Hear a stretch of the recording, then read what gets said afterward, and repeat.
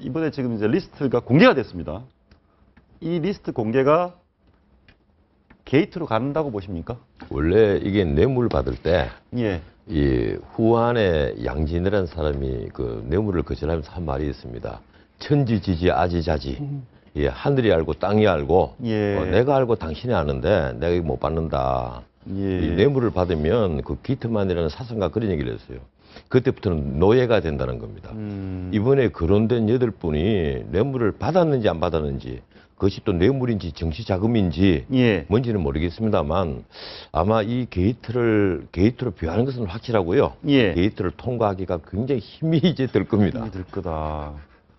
마지막 순간에 이 리스트의 진위 여부에는 별도로 마지막에 이 메모를 남긴 이유는 어떻게 보십니까? 글쎄 거기에 대해서 전 변호사님이 옛날 말씀을 하셨으니까 저도 옛날 이야기를 하면 말하자면 새는 말이죠. 장자 죽으려 할 때 그 울음소리가 슬프고 사람은 죽으려 할 때 그 말이 선하다 이랬거든. 근데 죽을 때 되면 되게 양심적으로 뭐든지 또 사람들이 되게 그런 인상을 갖지 않습니까? 그런데 이제 또 이런 그 정반대된 때가 있어요. 이를테면 남이 장군이 예? 억울하게 모함을 쓰고 유자광이한테 모함을 쓰고 죽음에 임했을 때 누구하고 같이 역모를 했냐 이랬더니 저기 영의정 강순이하고 같이 했어요 이러거든. 그 나중에 강순이가 너 왜 나를 물고 들어갔냐 이랬더니 당신 말이지 영의정에 있으면서 내가 무고한 걸 뻔히 알면서도 너는 한마디도 안 했잖냐. 그걸 같이 죽자 이랬는데 그래서 이분이 정말 저 생각할 때 저 모모한 분들이 뻔히 나를 잘 알면서 단 한마디도 어떻게 그동안 내가 정말 깍듯이 대했는데 어떻게 한마디도 나한테 대해서 변명을 안 해주냐 해서 그랬을 수가 있고 또 하나는 정말로 자기가 그동안에 그 돈을 바쳤기 때문에 그랬을 수도 있고 그렇겠죠. 근데 어쨌든 이제 죽음에 임해서 정말 억울할 것 아니겠습니까? 그리고 자기가 스스로 만약에 결백하다 사업가로서 또 정치인으로서 자기가 결백하다고 적어도 자기 기준에서는 그렇게 생각했다면 너무나 억울하니까 이렇게 또 그런 걸 남기지 않았을까 이런 생각이 드네요. 그럼 당사자의 이미 고인이 되신 당사자 얘기를 한번 들어보시고 얘기 나눠보시겠습니다.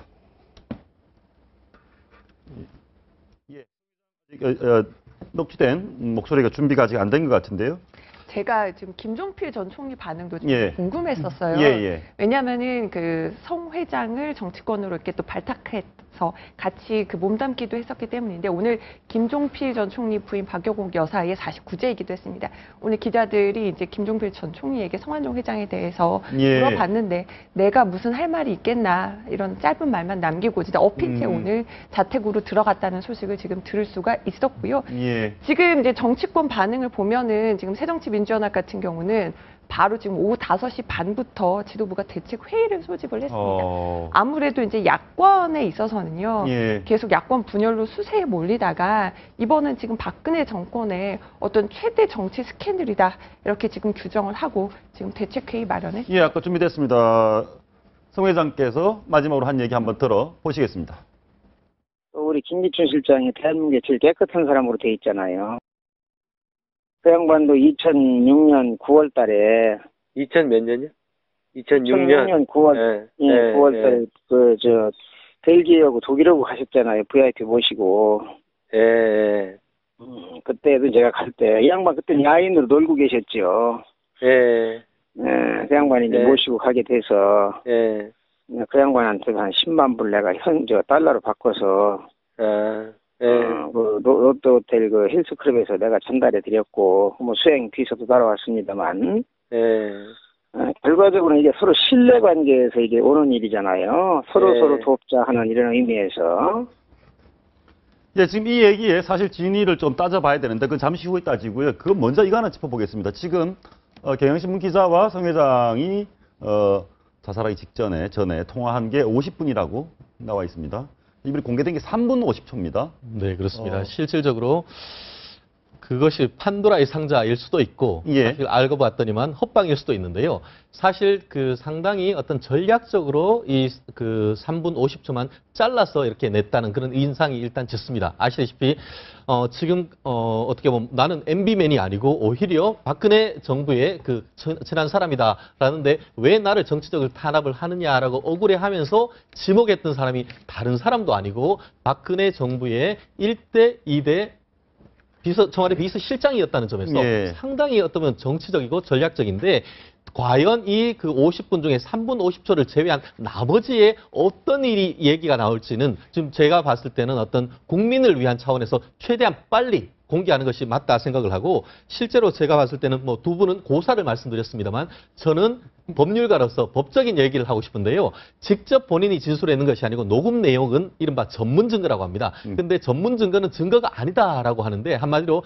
hearsay evidence is no evidence라고 하는데 예외적으로 말씀하신 대로 사망하기 직전의 진술이라든가 아니면 사건이 있은 직후에 있던 진술 같은 경우에는 상당히 신빙성이 있고 여러 가지 요건이 된다고 하면 그 자체로 증거가 될 수는 있습니다. 그렇지만 그 자체만 가지고 판도라의 상자가 완전히 열 수는 없는 게 객관적이고 다른 보강 증거가 필요합니다. 결국 그것이 어떤 식으로 더 추가적인 증거가 나오는지에 따라서 이것이 큰 게이트가 갈 수도 있고 이 자체로서 사건이 끝나버릴 수도 있기 때문에 그 수사기관이나 어떤 언론의 추가적인 대응이 필요하다. 그런데 이제 아무튼 그 50분간 통화한 녹취 내용이 있는데 3분 50초면 공개됐습니다. 그러면 저는 문맥도 알아야 될 것 같고요. 이 내용에 대해서. 지금 추가 폭로 나옵니까? 지금 50분 중에 3분 50초를 공개를 한 것이 왜 문제가 되는가 하면 이 성완종 회장이 예. 사실은 그 무일푼으로 시작해서 자수성가를 한 사람이에요. 예. 학력도 초등학교 중퇴밖에 되지 않고 예. 우리나라에서 전에 수없이 뇌물 사건이 터지고 한 사건들을 쭉 보면 이 무일푼에서 시작해서 자수성가한 사람들은 대부분 그 돈을 여기저기 막 쓰면서 예. 그 돈을 잘 적지는 않지만은 반드시 지부책이 있고 지부책. 예. 따로 그것을 정확히 아는 가족이라도 있게 마련입니다. 근데 문제는 이 50분 중에요.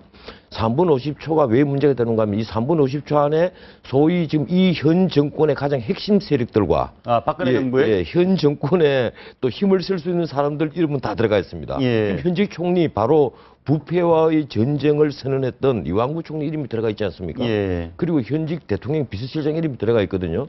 그런데 성완종 씨가 지금 친박이냐 친이냐 이런 얘기가 계속 언론에 나오는데 예. 사실은 제가 보기로는요. 이분은 친박도 친이도 친노도 아니에요. 예. 친권력자입니다. 예. 친권력이에요. 예. 항상 그래왔고 노무현 정권 때 2번이나 사면복권을 받았거든요. 그 사면복권 받은 첫 번째 사건은 김종필 전 총재가 그 운영하던 자민련이라는 정당에 돈을 16억을 줬기 때문에 예. 그것이 정치자금법 위반으로 그 구속이 됐다가 집행유예 선고를 받고 확정이 됐는데 노무현 정권이 사면복권을 했단 말이에요. 예. 그 뒤에 또 다른 사면복권이 있고 그렇습니다. 그리고 경남기업을 인수를 했습니다. 그러면 당시에 권력과 친하지 않았겠느냐. 예. 반드시 친했을 겁니다. 예. 그런데 왜 이분이 옛날 권력에는 전혀 얘기를 하지 않느냐. 그 권력은 받은 만큼 아마 100% 줬을 거예요. 누군가가 받고 누군가가 100% 줬다고 저는 생각해요. 예. 뭐 그분들 다 부인할지 모르겠습니다만 근데 현 권력은 뭔가 반대급부가 없었고 섭섭했다는 거죠. 내가 이렇게 박근혜 대통령 당선을 위해서 몸과 마음을 다 바쳤는데 왜 나에게 이렇게 핍박이 돌아오고 경남기업을 이렇게 죽여버리느냐. 사실은 나 역시 컨소시엄에 가담해갖고 다른 기업 다 하는 대로 해서 다른 기업이 다 받는 돈 받고 그리고 그에 따라서 해당되는 일만 했는데 예. 왜 나를 이렇게 죽이느냐. 그리고 지금 검찰에서 이번 자운외교 수사를 하면서 자운외교와 MB 정권 간의 비리 간의 어떤 고리 역할을 하는 사람으로 성완종을 지목을 했고 그래서 수사를 하는데 두 번째 타겟이었지 않습니까? 포스코 다음에 경남기업이었거든요. 예, 그렇습니다. 이러니까 본인이 자기 구명을 위해서 얼마나 전화를 많이 했겠어요. 근데 이완구 총리는 전화만 안 받았다. 예. 섭섭했다. 그것이 이제 폭발한 거죠. 혹시 교수님 추가 폭로 있을 것 같습니까? 50분 중에 3분 50초는 굉장히 작은 부분이니까 나머지 40몇 분 안에서 있는 내용도 있을 텐데 여기에서 뭔가 추가 폭로가 나올 것 같습니까?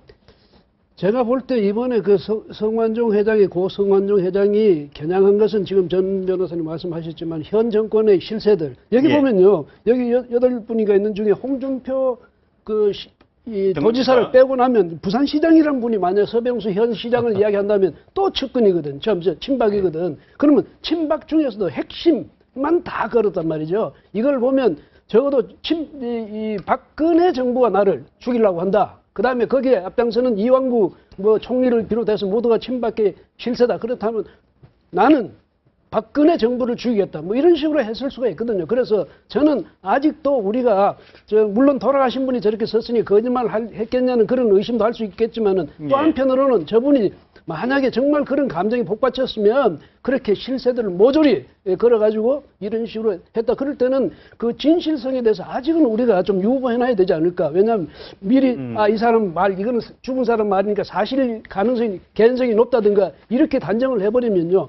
살아있는 저분들은 어떻게 됩니까? 그래서 일단 그렇게 해가지고 진위를 지금부터 분명히 그 진위를 가려내야지. 지금 와서 우리가 어떤 예단을 해버린다면 만약 살아있는 저분들이 아닐 경우에는 정말 성완종 전 회장이 오직 그런 복수심에 불타서 만약 같이 끌고 갔다면 그때는 어떻게 하겠죠? 왜냐하면 왜 이런 말씀 드리냐면 개연성이 있다는 얘기죠. 전번에 최교선 게이트 있잖아요. 이해창 당시 한나라당 총재가 미국 갈 때 20만 불 줬다고 그걸 설원리 의원이 폭로를 했잖아요. 그렇죠. 나중에 해보니까 아니었잖아요.